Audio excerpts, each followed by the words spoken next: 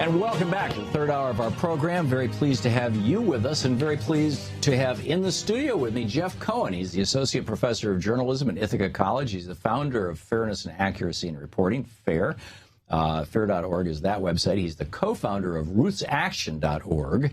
He's the author of Cable News Confidential, My Misadventures in Corporate Media. You were also the communications director for the Kucinich campaign in 2003. About 6 months, yes. Yeah, RootsAction.org, the website. You can tweet him at JeffCOT, Jeffcot. Do I have that right? Yep. Yeah. Okay, cool. And Jeff, welcome to the program. Great to be with you. First of all, you and Thomas Frank are, well, Thomas, I'm not sure, came from the conference. I think he just lives near D.C., but you're here for Ralph Nader's. Along with John Nader's Nichols, Laura Flanders, Jim Norikis from FAIR, Nick Johnson, the great Federal Communications Commissioner from decades ago, Michael Copps, who was a great FCC commissioner from a few years ago. Mm-hmm. So it's all these media critics and media policy analysts. The whole day today is how do we fight mainstream media bias, build independent media, and create through media policy a more small d democratic media system. Right. Yesterday was an amazing day, and it was on C-SPAN all day, 8 hours of people that lead public interest groups that have been fighting for public health, for the environment, for workers. And they told, these are people, they're sort of Ralph Nader's offspring. Mm-hmm. And some of them have been in it for 30, 40 years, talking about their victories and how do you win things. Lois Gibbs was there from Love Canal, people for Center for Science and the Public Interest. You name a public interest group that Ralph Nader helped spawn. And to hear these stories of victories and how sometimes you have to fight and win, and then the corporations take that reform back and you have to fight again. But it's been sort of an inspirational event. It's at the DAR Constitution Hall. I wish there were more people, but the good news, it's on like the real news, and C-SPAN had all day yesterday. Right, and I'm sure that they'll memorialize it on YouTube or some other venue. So that is great. What is, in your opinion, the state of the media? Well, I think the mainstream media are almost at a low point. I thought they couldn't get much lower than the run-up to the invasion of Iraq, and I worked in mainstream media at that time. Right. In fact, you were. One of the things I should have mentioned is you were the producer for Phil Donahue's show on MSNBC. Right. And when you and he got fired because he was opposed to the invasion. Right. There's no doubt we were. Even though he had the highest ratings on the network. Right. Had the highest ratings. The Donahue show on MSNBC was the most watched program on that channel. When they terminated us 3 weeks before the invasion of Iraq, and then the internal memos leaked out from NBC saying that Phil Donahue represents a difficult public face for NBC in a time of war. And the exact words. At that time, NBC was owned by General Electric, which is a major defense contractor. Right. Now owned by Comcast, which fights net neutrality and is a sort of a monopoly company. Which is one of the things that makes me crazy. I mean, I sit here for 3 hours a day doing this radio show, and I've got the big monitor there is Free Speech TV, the one above is CNN, the one to your right, which we've turned off because it would show up on the shot over your shoulder, is MSNBC. Right. And I get in here around 9:30, 10 o'clock in the morning on a really late day, and I'm here until 4 or 5, and then I go down to 6 blocks down the street and set up the TV show and do the big picture. Yeah. But the point is, I've got these monitors on with the sound off, and almost every day, I can't go more than 15 minutes without seeing Donald Trump on one of these two TVs. Well, again, that's why I say this is a lower point for mainstream media than even the Iraq invasion, and that's saying something. You're right, and the two worst offenders are CNN and MSNBC. Right. All Trump all the time for weeks or months on end.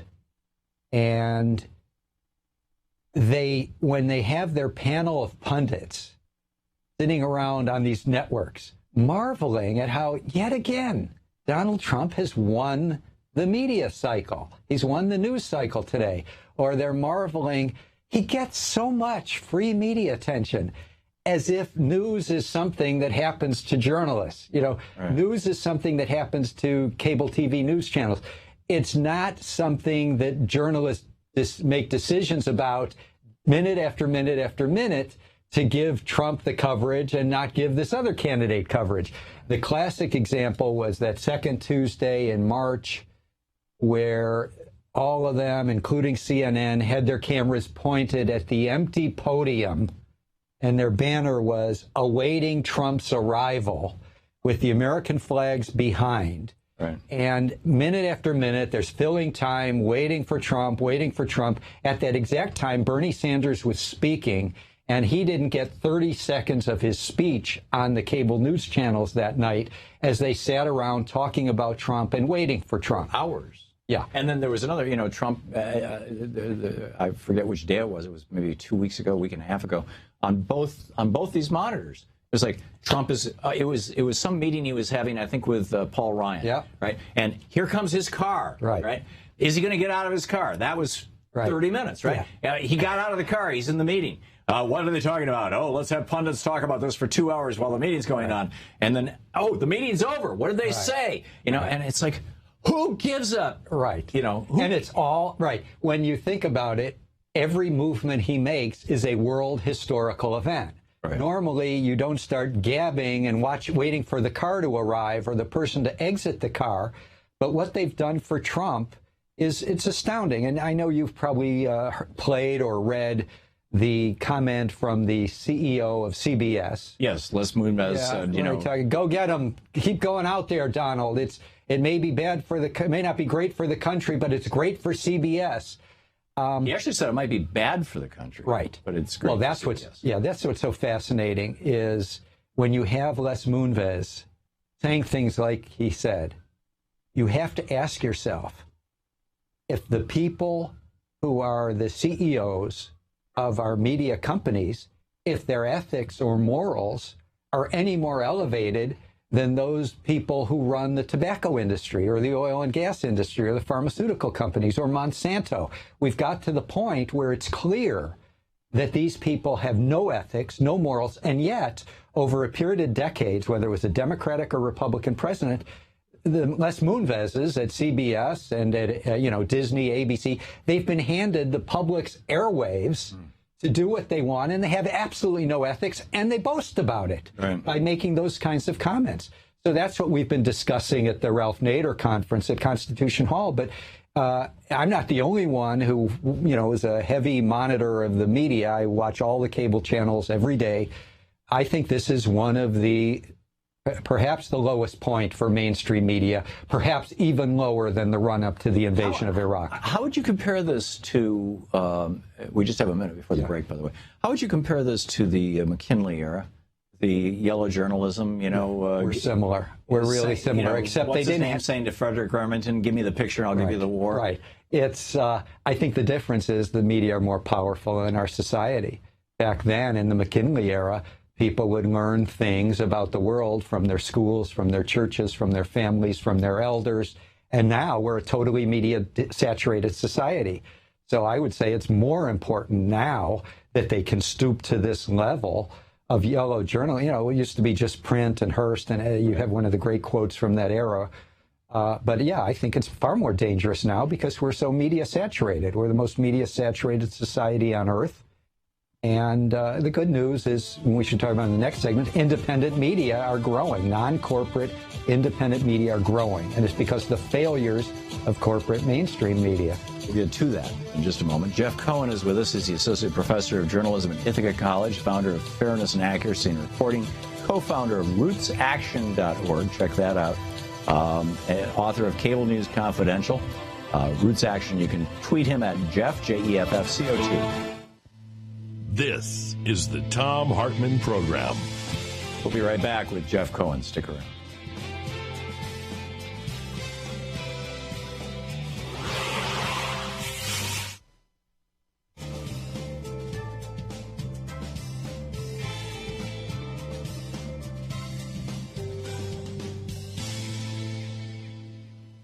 And welcome back. Let's take a phone call here. Donna in Columbia, California, watching us on Free Speech TV. You're on the air with me and Jeff Cohen.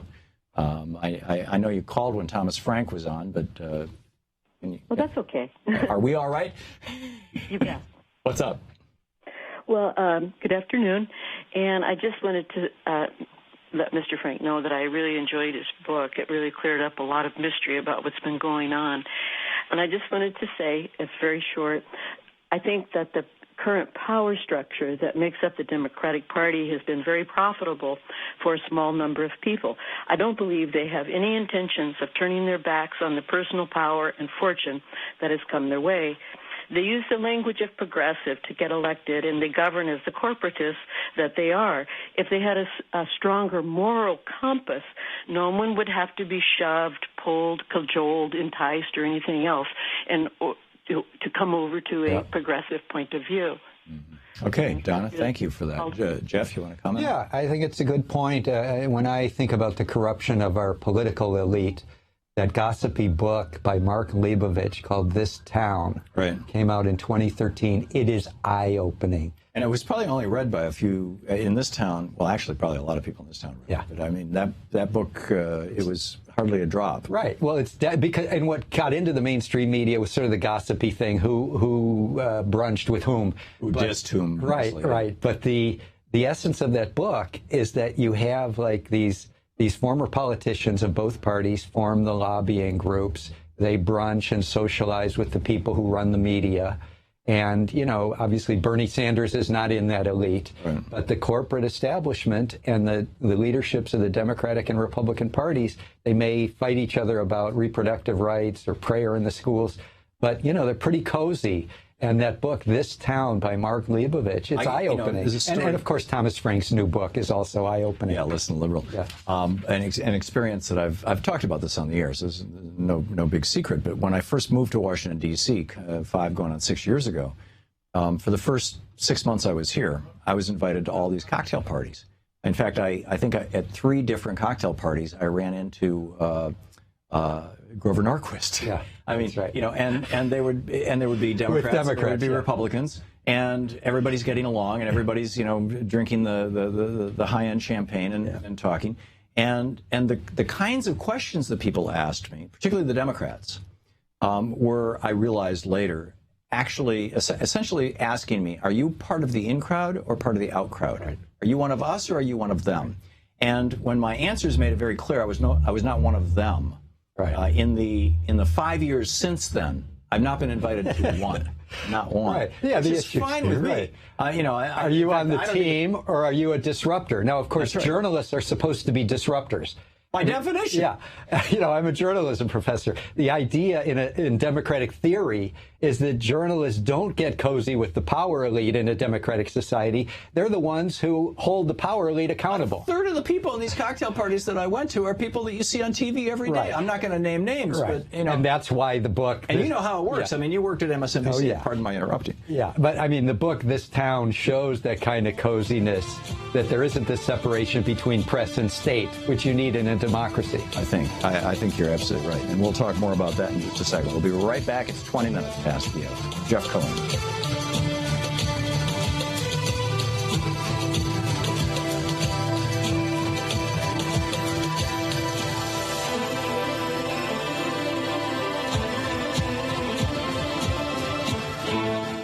Welcome back. Thom Hartmann here with you, and Jeff Cohen in the studio with me. And let's see here. We've been talking about the state of the media. Shall we talk about the good news? Yeah, I'd love to hear the good news. All right. The bad news is corporate mainstream media, I think, are almost at a new low point. The good news is that independent, non-corporate news reaches millions of people daily. And I've made the argument through my study of media history that independent media is more powerful today than any time in the last 100 years. And that, you know, in the past, you had independent media that would reach people sort of weekly. But now we're reaching people all through the day. And I'm talking about Thom Hartmann. I'm talking about Democracy Now!, The Young Turks, Alternet, Common Dreams, Truth Out, Truthdig, Free Speech TV, Pacifica, Community Radio, Ralph Nader Radio Hour.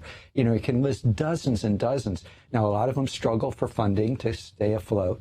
But if you just stop time and look at the quality of independent news today, non-corporate, and the reach, It's millions of people a day. Some people say, oh, the high point of the independent or progressive media was the late 60s, early 70s. I was there. You were there. I mean, there were a lot of four-letter words in the underground press. They only came out weekly. It was aimed at a pretty narrow strata of young people.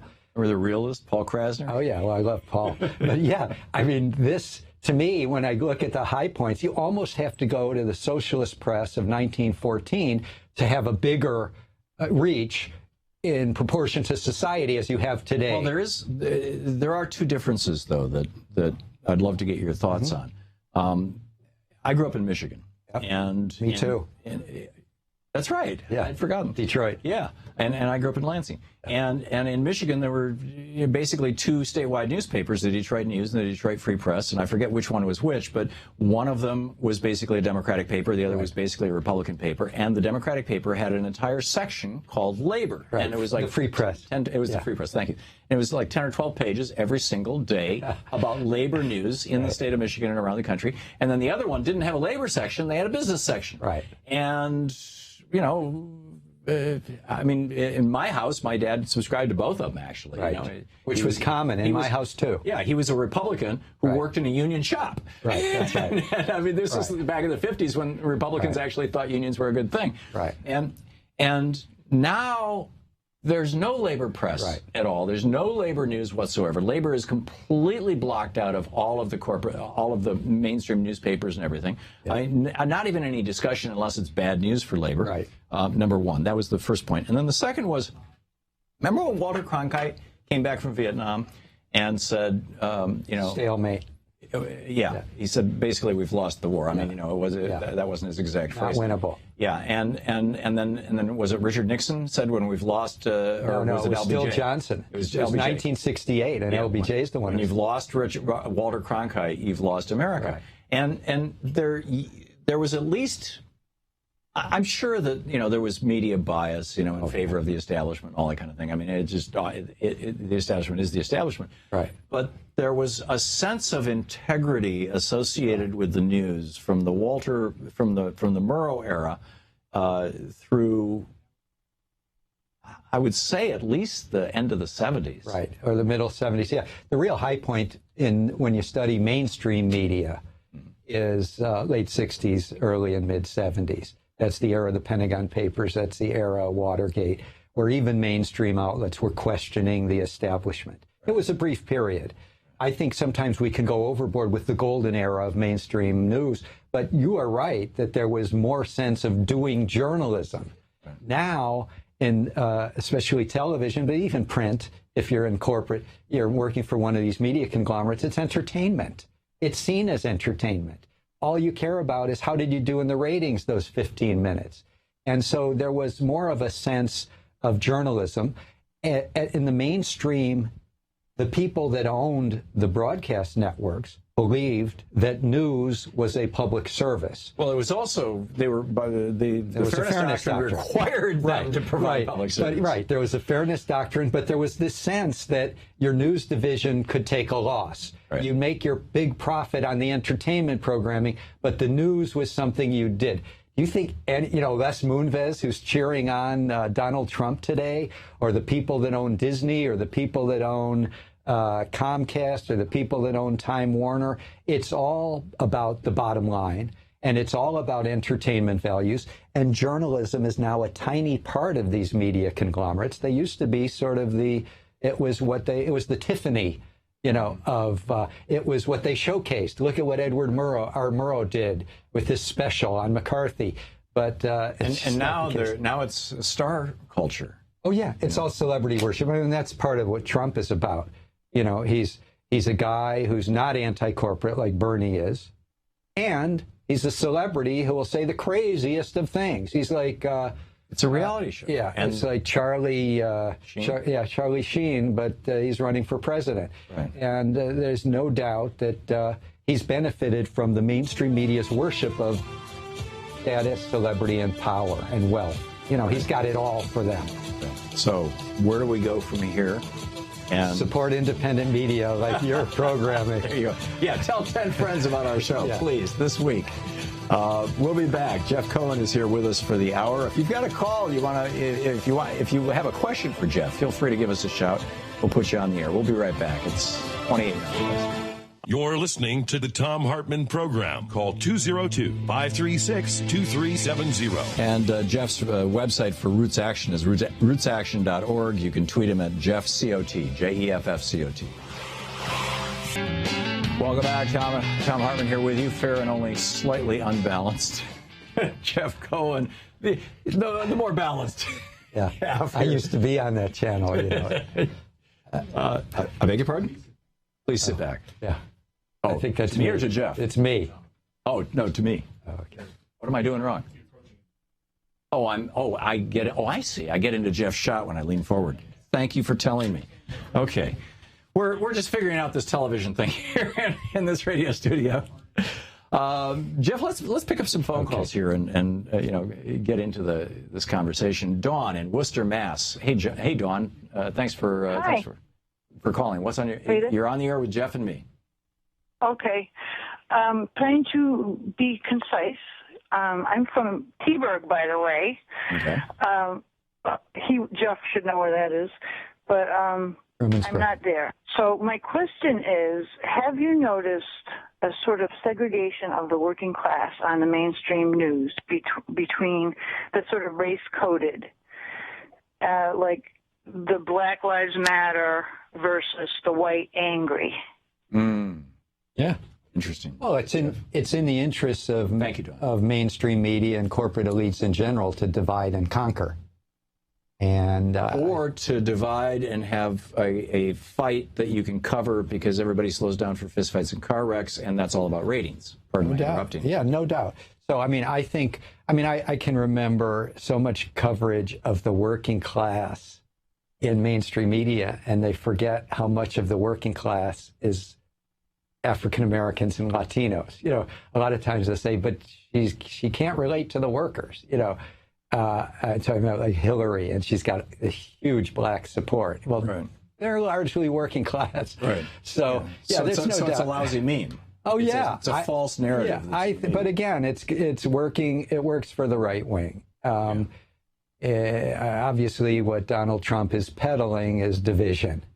And, the problem why you're suffering, worker, isn't corporate greed. It's mostly those damn immigrants from south of the border. Race and class / income have always been combined. I mean, and without getting into a deep and sophisticated conversation about the history of slavery and all that. Yep. I mean, even in our lifetimes, I remember in the 1950s when I was a little kid, in the 60s, the demagogues, the Wallaces, yep. Saying basically that they needed to maintain segregation because those black people want to come and take your job. Oh yeah, you white people. Racism is yes, and that's essentially the message of Donald Trump right now with regard to the wall in Mexico. And right. So, I believe that's kind of the integration of race and right. economics. The demagogues have always used race to address white workers and say there's people beneath you, right. and understand they're beneath you, and they want to take what you've got. Yeah.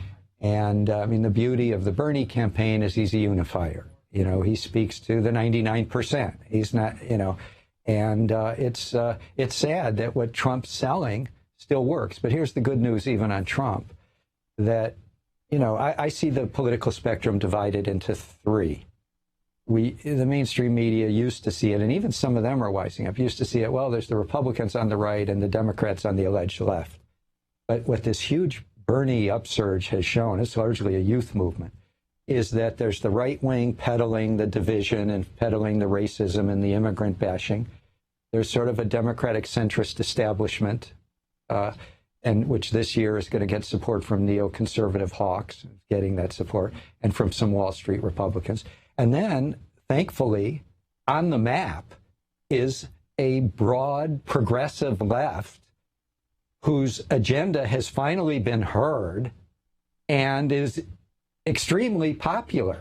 When I was working inside cable news, and even before that, I would have all these discussions with TV news executives. I'd say, there's a populist progressive community out there that's just waiting to have a voice on television. And if you put some pundits who are really progressive, they oppose NAFTA, they're for universal health care, you're going to see your ratings grow. Now, what I didn't tell them is you'll probably see advertisers flee. But, you know, what Bernie has proven is that I was right, that when the progressive domestic agenda is heard, it's popular to millions of people, right, left, and center. Correct. And so the good news is that the Bernie movement is a youth movement. Whatever Bernie says or does in July in Philadelphia at the convention, the movement must continue. It must stay independent. It will grow. Bernie has shown you have to primary corporate Democrats. Sometimes you win, sometimes you lose. I was going to say, this is not an anti-Democratic Party movement. No, it's been within. I don't know if you remember the Concord Project back in 2008, 2009. You can still find their YouTubes on YouTube, their videos. Isn't it where they were balancing the budget? No. They were teaching Tea Partiers. This is the early days of they were teaching Tea Partiers how to show up at a Republican meeting and run for precinct committee person. And talking about how the precinct committee people are actually the most powerful political force in America because they decide who the primary nominees are going to be. And if we can get nothing but Tea Partiers as primary nominees, then it doesn't matter who gets elected in the primary. You're going to have a Tea Partier who's going to be the Republican candidate. Well, yeah, the same thing is happening. The same thing with writing the platform. Right. And now you have a bunch of Bernie-type people that are running for office. In my congressional district in upstate New York, Zephyr Teachout, the great expert on political corruption, is running for Congress, and I think she's going to win. Yeah, an open district. There's other people. So the good news is the Bernie movement is on the upswing. The bad news is while Trump may win this election in November, which would be absolutely catastrophic, and we should do everything we can to prevent that from happening, but in the long term, the supermajority of the U.S. that is white people is shrinking. The younger white people are not as bigoted or homophobic as their elders. So as I look at the political spectrum, sort of Democratic centrist establishment, and then there's the Trump people on the right, or Trump or Cruz people on the right, and the Bernie people who are on the progressive left, I see the right's demographic base shrinking, and the left's demographic base is growing. It's no accident that the most progressive age demographic in our society on all the issues are people under 35, and that they get more of their news and information from social media, new media, independent media. And by contrast, what's the median age of a Fox News Channel viewer? It's almost 70. 70. Yeah. And Bill O'Reilly viewer, the median age is over 70. So that's the good news. We have to think long haul. A political revolution does not happen in a year. Yeah, I well said. Kryn in New York City. Hey, Kryn, you're on the air. Hi, Tom. Wonderful show, and great to have Jeff on there with you. I wanted to ask about National Public Radio. I've been listening to All Things Considered and Morning Edition since the 1970s, and I've been giving them money all this time, but I'm wondering if I shouldn't stop, especially just in the last couple of weeks when they grafted Tucker Carlson onto Cokie Roberts. I mean, Cokie Roberts basically just says, she basically condescends. You know, I've never heard her say anything particularly left-wing or particularly interesting, but she must have said something. Maybe you or Jeff can remember what she said. I know what now she can't open her mouth without being followed by Tucker Carlson, who speaks entirely in Fox News talking points. I mean, should I stop giving money to NPR? Have they become just another wing of the corporate media, in spite of the fact that with all of the public fundraising they're doing, they ought to be like your show, Tom, and like the Young Turks and the Professional Left and all the rest of these wonderful institutions that Jeff has been talking about? Yeah, I'm going to be blunt.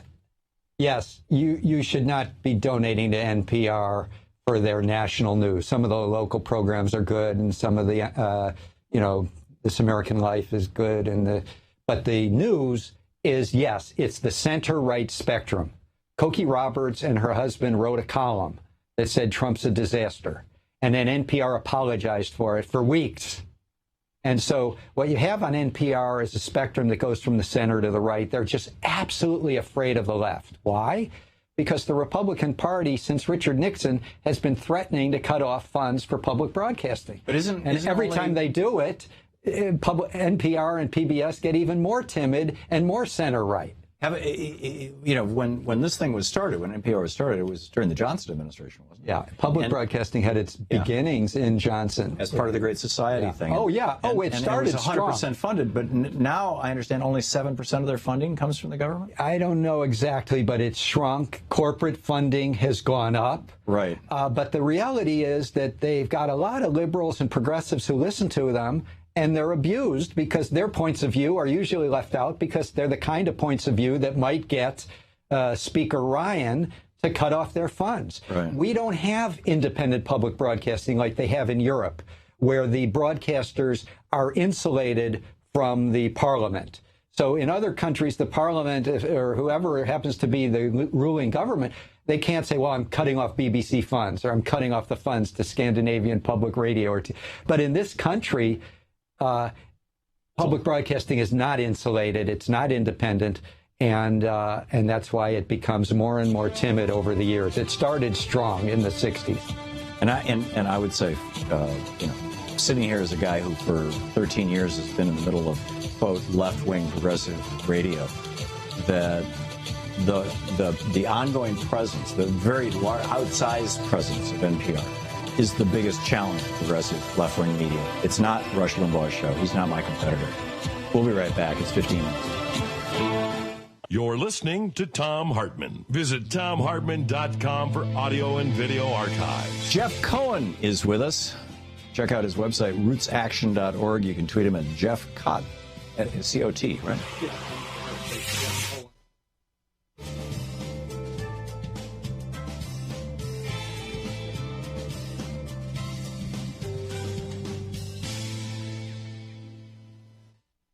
And welcome back. And Jeff's website is jeffcohen.org, by the way. So let's see here. Marianne in Everett, Michigan. Hey, Marianne, thanks for watching Free Speech on DirecTV. What's up? Thank you, and hi, Jeff. Hi. Great show today from start to finish, Tom. This has been so enlightening and refreshing. Thank you. What I just wanted to say, like the gentleman who just called you to ask about NPR, I quit donating a couple of years ago, but I contacted both my local affiliates that I had normally donated money to, and then I called the national number and also let them know why I was no longer. And I did the same with CBS and NBC when I quit watching news programming with them. And I just thought if more people did it, it's kind of like calling your Congress representatives and stuff and staying involved, Well, Marianne, thanks for bringing that up because I started the Media Watch group FAIR, FAIR.org. And one of our goals was to get people, who are used to complaining to City Hall, they were used to complaining to corporations or federal government, to Congress, and they never pick up the phone or, contacted media.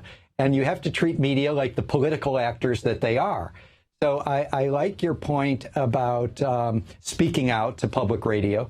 I should say there's some good things in local public radio and some good national shows. I'm referring to All Things Considered and Morning Edition. They are timid, they are corporate, they are center-right, and my goal here isn't to get you to just stop something. My goal is to get you to support truly independent media.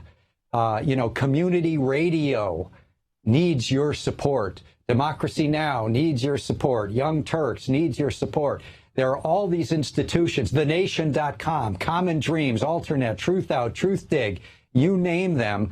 So that's the beauty of what's happening in the last few years. And I say a turning point was the horrible mainstream media coverage of the invasion of Iraq and the run-up.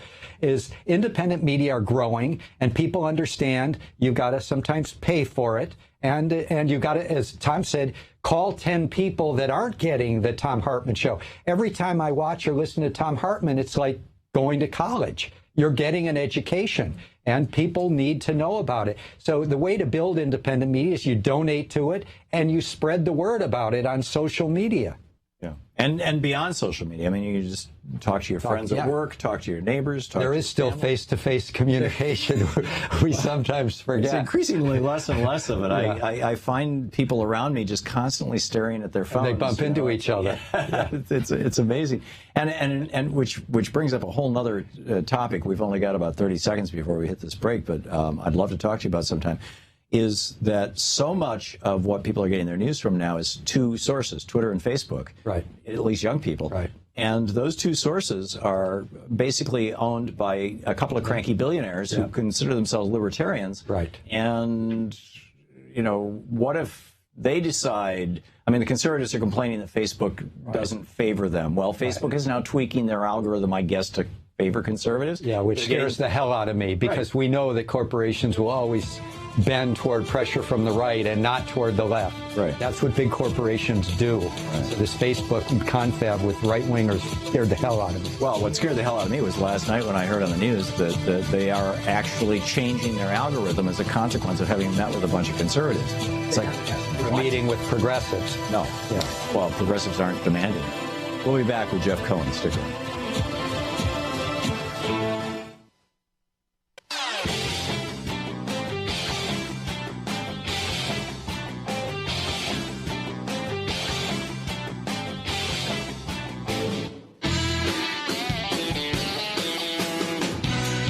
Welcome back. Thom Hartmann here with you. Jeff Cohen in the studio with us. His website, jeffcohen.org and rootsaction.org. And you can tweet him at JeffCOT.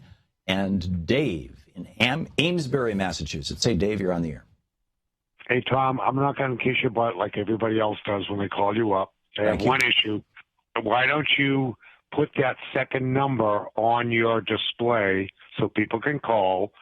And I'm the guy that told you that Hillary is going to sign the TPP not once, but twice. She's going to bring it up, and she's going to sign it into law. And you know what? You can take that to the bank. Okay. Dave, thank you very much. And with regard to numbers, our phone numbers are going to change in a week or so, and I've talked about this a bunch of times, and we'll just continue with that. Anyway, that I'm sorry about that. He had suggested that he had a question for you. He didn't. You know, I can't always guarantee that my callers don't lie to my call screener. James in Arizona, in Aravica, Arizona, is that right, James? Aravaca. Pima County. You're on the air with Jeff Cohen and me. Good morning, fellows. Well, good morning here. A comment and a question. If Bernie and Hillary, whoever wins, whoever loses, join forces, it will be the biggest progressive movement ever, and one of them becomes president of the Senate. I mean, it would join the young with the women, and it would really force Hillary to the left.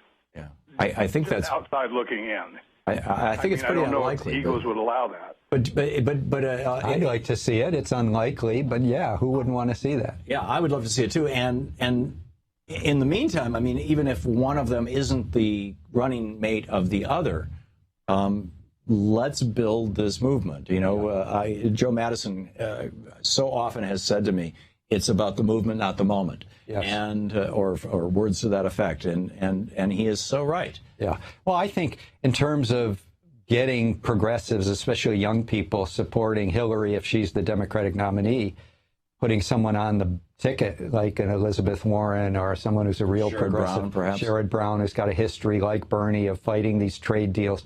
I mean, there's steps. It's going to be fascinating to watch. I'll be in Philadelphia at the convention. My co-founder of Roots Action, Norman Solomon, is a Bernie delegate. There's hundreds of Bernie delegates talking to each other. I hope that they stand strong, but I hope there's not, you know, disruption or chaos or violence like there was at the 1968 Democratic Convention. It's a whole different thing. Yeah, it's a different era, but I worry about that kind of thing. But yeah, if Hillary Clinton's the nominee, there's steps she could take that will help her try to get some of these young people that are saying, I would never vote for Hillary because I've educated myself to the things she's bad on that Bernie is good on. Right. And it's that simple. And politicians change. I mean, that's the nature of politics. We'll just have to wait and see. And movements, better than that, movements change politicians. Exactly. When Franklin Roosevelt ran for president, I think you've written about it in books, He was running on Let's Balance the Budget in 1932, but there were these independent, progressive, working class movements, and boy, that changed history and transformed our country. Yeah. Not to mention Frances Perkins. Yes. Have you read the biography of her? She was with Franklin Roosevelt when he was the governor in New York, right? Yeah, and she was the first female Secretary of Labor, and she was actually the author of the New Deal. Yep. There's a new biography of her that's the best book on the New Deal that I've ever read, because it's through her eyes, and it's just brilliant. Anyhow, let's see here. Danette in Hinesville, Georgia, listening on Sirius XM. Hey, Danette, you're on the air with Jeff and me. Hi, Tom. Hi, Jeff. Hi. Thank you guys both for your hard work. And I am going to compliment you. I don't care what that other guy said. You guys make a difference in our country. And we don't always agree, right? Like sometimes I'm like, oh, Tom, here we go again. But it has to be said. Just because I've heard it once doesn't mean that other people have heard it as well. So what I was actually calling about was to agree with the first caller that you took when Jeff joined you in the studio, where she was talking about the coded racial language and the difference between how the media talks about Black Lives Matter versus like Occupy or angry white people that are mad about whatever. Yep. And the thing is that they don't want those groups coming together. They don't want Native Americans and African Americans and disenfranchised women and transgender people and none of the marginalized, and I'm saying that in air quotes. They don't want us coming together, and working people. Exactly. And what we fail to realize is that we are the majority. We still call ourselves the minority, and it always sounded weird to me when someone would refer to us that way, the minority, but we're really not. We're the majority. So now we have a minute and a half before the end of the show. You got a quick question, or do you want Jeff to riff on your comment? I do have a question. Jeff, how can I and others get more involved in what you're doing? What can we do to support you? Thank you, Danette. Thank you, Danette. And I agree with everything you were just saying. And by the way, if people want to see a powerful 3-minute video that proves the point that Danette was saying, Brave New Films has this 3-minute video, and anyone can Google it. The show's almost over, and it's called Black Protests, White Riots.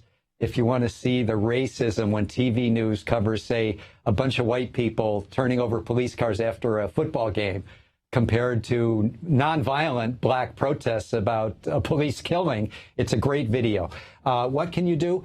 I think an important thing is joinrootsaction.org. It's an online activism group that works for peace and justice. But even more important, fair.org is the group that allows people to talk back to the media together, to talk back to the New York Times, NPR, PBS, and you do it together. And FAIR will give you the documentation of what happened yesterday on CNN, and then people send their own letters to CNN. It really matters what FAIR.org has done ever since 1986 when I founded it. Yes. You've given birth to some really remarkable things. Thank you. Jeff Cohen, one of my heroes.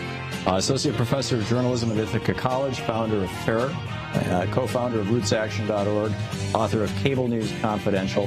His website, jeffcohen.org. For more information, you can tweet him at JeffCOT. And Jeff, thanks so much. Thank you, Tom. Thanks for what you do every day. And back at you.